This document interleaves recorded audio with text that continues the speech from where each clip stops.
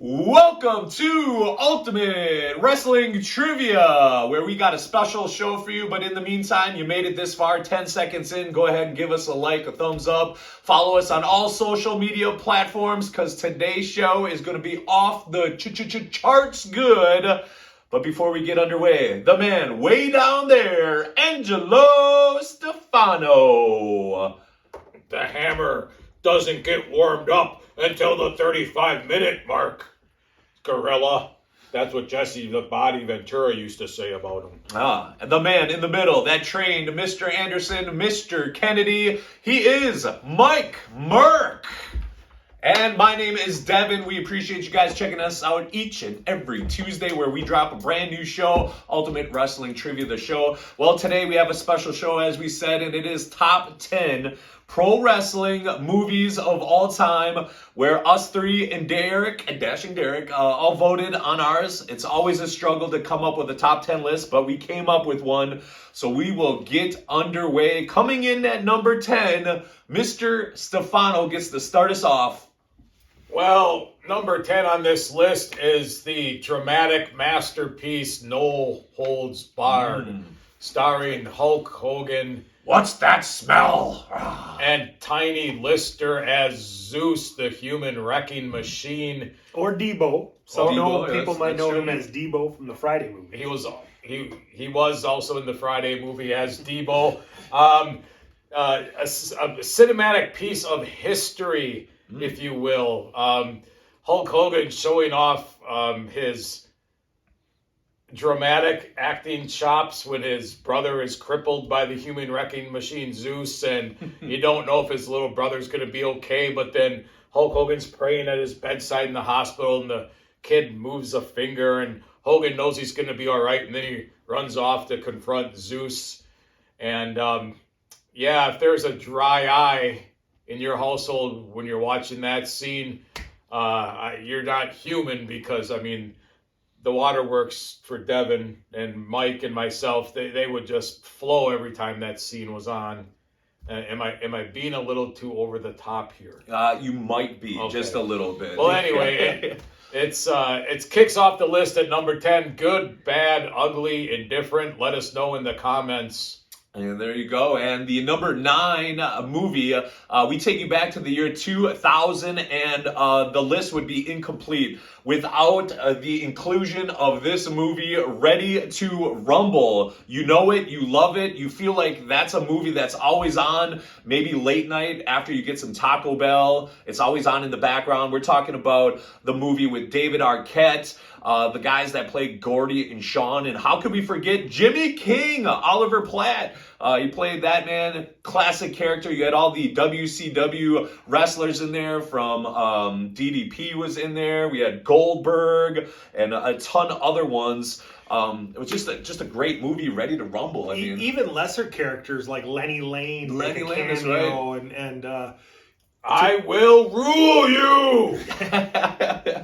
It was definitely a movie that is a guilty pleasure. All three of us up here, and I'm sure a lot of you guys out there have seen it once, twice, a bunch of times. So we had to throw Ready to Rumble on the list. That comes in at number 9.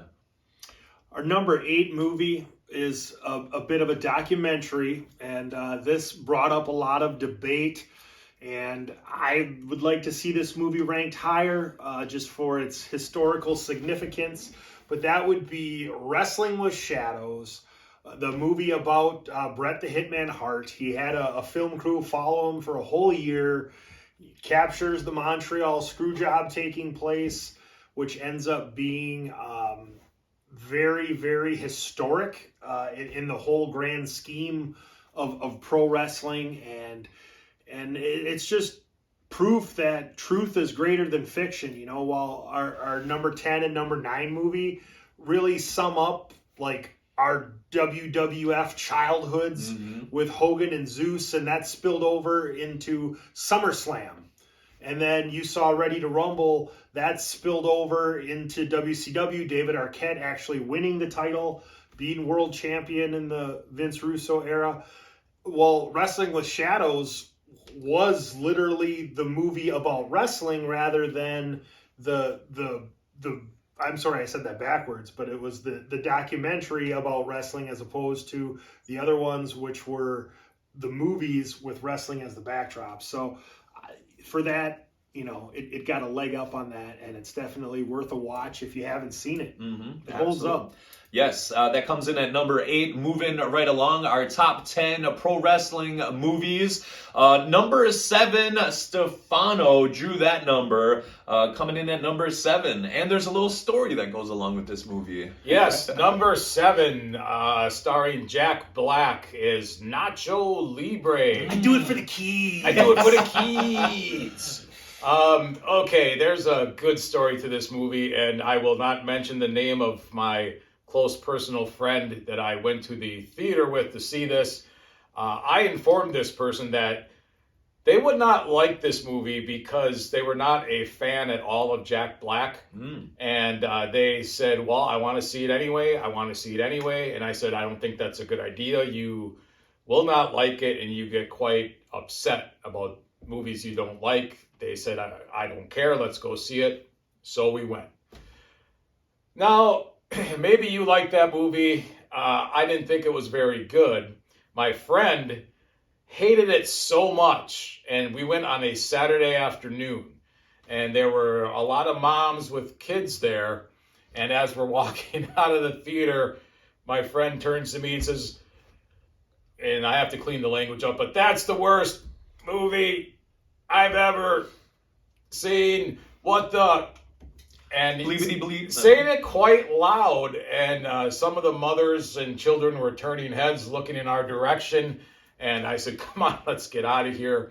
And the rest of the ride home from the theater to my friend's house, they were displeased and voicing their displeasure, and I'm like, I told you so.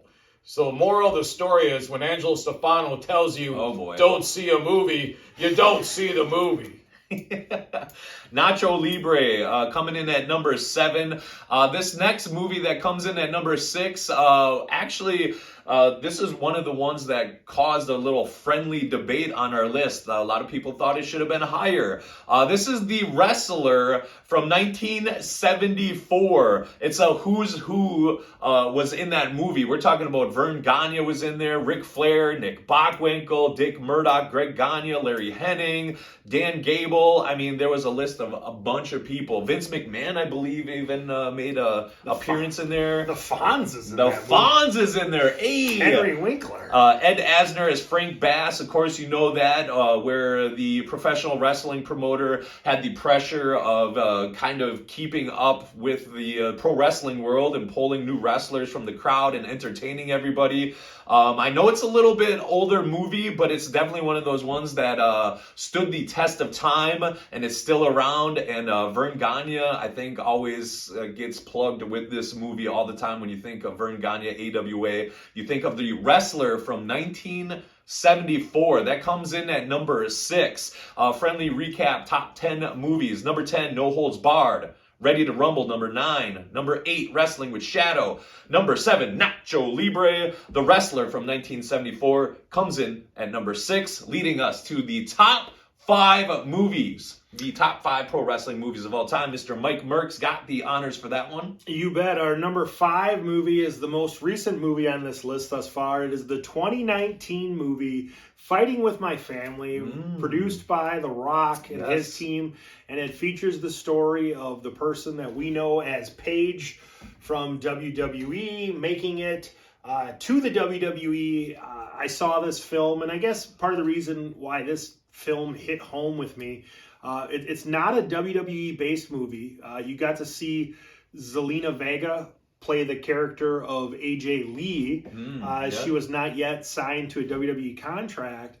While I got to see this movie with my young daughter at the time, who was a big WWE fan. So it's fun. You know, it shows like a little bit of the wrestling independent scene in Europe, and how that can be kind of circus-like and whatnot with Paige and her brothers, and how to go from the small time to the big time, and it mirrors an actual true story. So it's a little bit of a rags to riches story. It's good. It's definitely worth checking Yes, out. Fighting with My Family comes in at number 5, and Mike Merck is back at it with the number 4 movie on our top 10 list. Yes, yes. So I was able to fight and get Wrestling with Shadows included, even though it was a documentary and not the typical movie. So this movie was capped at number 4, and that would be the most famous wrestling documentary, Beyond the Mats. So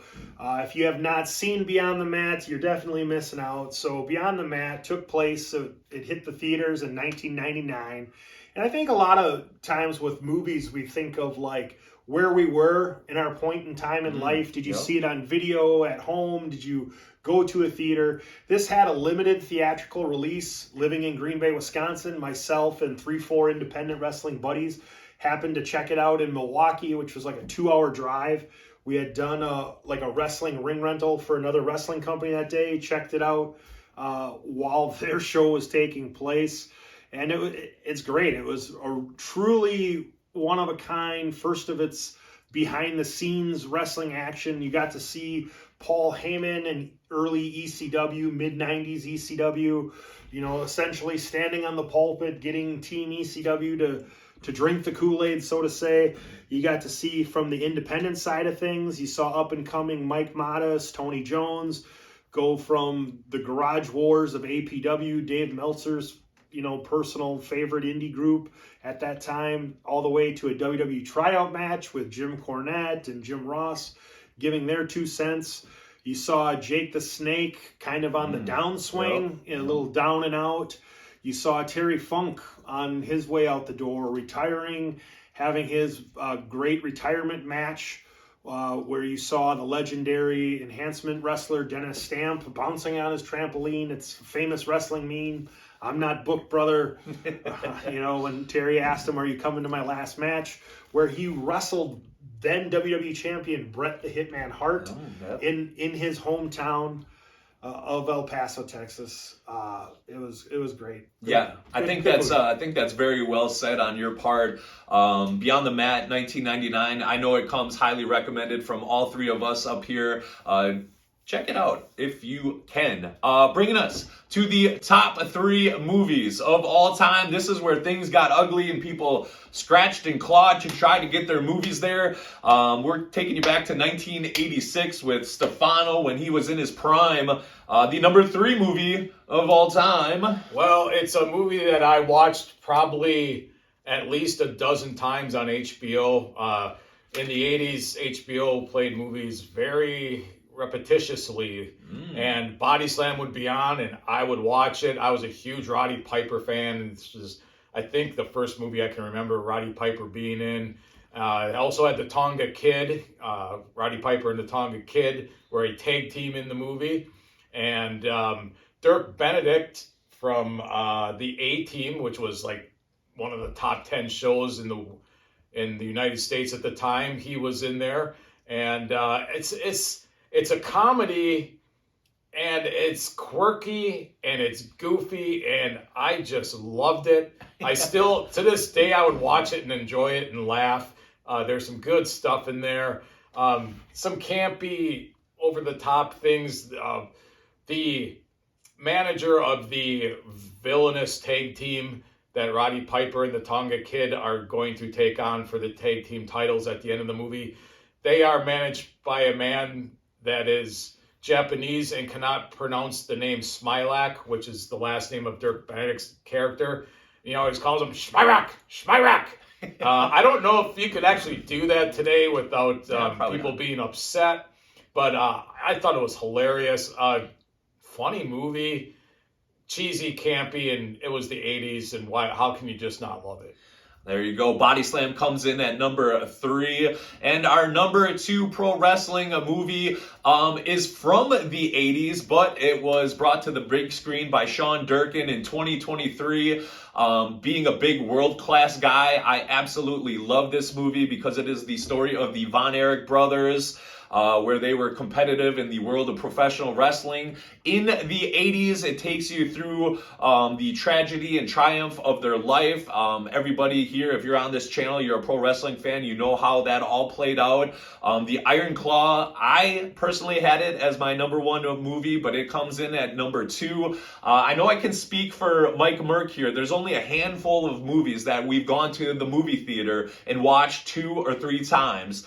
And this is one of them. This is one of them where we've seen 2 or 3 times actually in movie theaters because it was just that good. And you picked up on little things like you saw Ross and Marshall were 2 of the wrestlers that were in the ring, you know, just little nuggets that they throw in there, which I thought was really cool. The Iron Claw, if you haven't seen it, you definitely got to check it out. The Von Erichs, based on a true story, even though there is a little tweak in it, has got, you know, some Hollywood stuff in there, but like 80% of it is spot on. Love World Class, love the Sportatorium. Just a good movie overall. The Iron Claw comes in at number 2. All right, we've made it to the number 1 pro wrestling, ultimate wrestling trivia, the show movie. Do we do a drum roll here? I think so. Try. Mike Mark. Number one is the award-winning movie The Wrestler. Yes. This took place 2008, starring Mickey Rourke as Randy the Ram Robinson. Yes. His famous Ram Jam move off the top rope. You know, many people said that in some of the exit interviews, Mickey Rourke watched Greg the Hammer Valentine at independent shows to help kind of draw on the character. You saw former WCW wrestler Ernest the Cat Miller yes. play the Sheik Ayatollah Yes. as his Randy Robinson's arch nemesis, Necro Butcher from Ring of Honor in that time. You know, he's in the movie in a prominent role. And it definitely shows in a cinematic way the you know, so much of Rocky is the rise of the Rocky Balboa character, and this is the downswing. This is Randy Robinson. You know, he had the bright lights. You know, he has that Kenny Powers-esque from Eastbound and Down, you know, like dealing with, I'm not famous anymore. But, you know, from talking to some of my friends from WWE, when they saw this movie, the subtleties of acting, when you see Randy Robinson, or I'm sorry, Randy the Ram Robinson, Mickey Rourke, like struggle, you know, to put on his boots, and how as each pull of the laces hurt, Right. and his, you know, you could feel it in his knees and his back, like that shines through, because when, you know, we're on independent shows, when you see a wrestler who's maybe 50 years old lacing them up, The bump card is full almost. 4-digit payday, Yeah. you know, but then you come through that curtain, the lights are on, and it might not be a 10,000 seat arena, it might be a 400 person independent show arena. It's still just like a musician playing in front of 300 people Yeah. in an acoustic set versus the 20,000 seat huge arena. That performer still comes out in them, and nothing hurts for the next 10-20 minutes. They give it their all. It's good. It's a good movie. And I always wanted to play that Nintendo game that Randy the Ram and his neighbor kid are playing. It looked pretty fun. Yeah. It did look fun. Absolutely. The Wrestler, the number 1 ultimate wrestling trivia pro wrestling movie. Agree, disagree on anything from the list. We would love to hear from you. You could drop it in the comments. Maybe we left one of your favorites out. Maybe there was one towards the bottom that you would have had higher. We would love to hear from you. Definitely let us know in the comments. All right, with that being said, that is the show of shows. Top 10 movie. Angelo Stefano. The man in the middle, Mike Merck. My name is Devon. We'll see you next Tuesday for Ultimate Wrestling Trivia.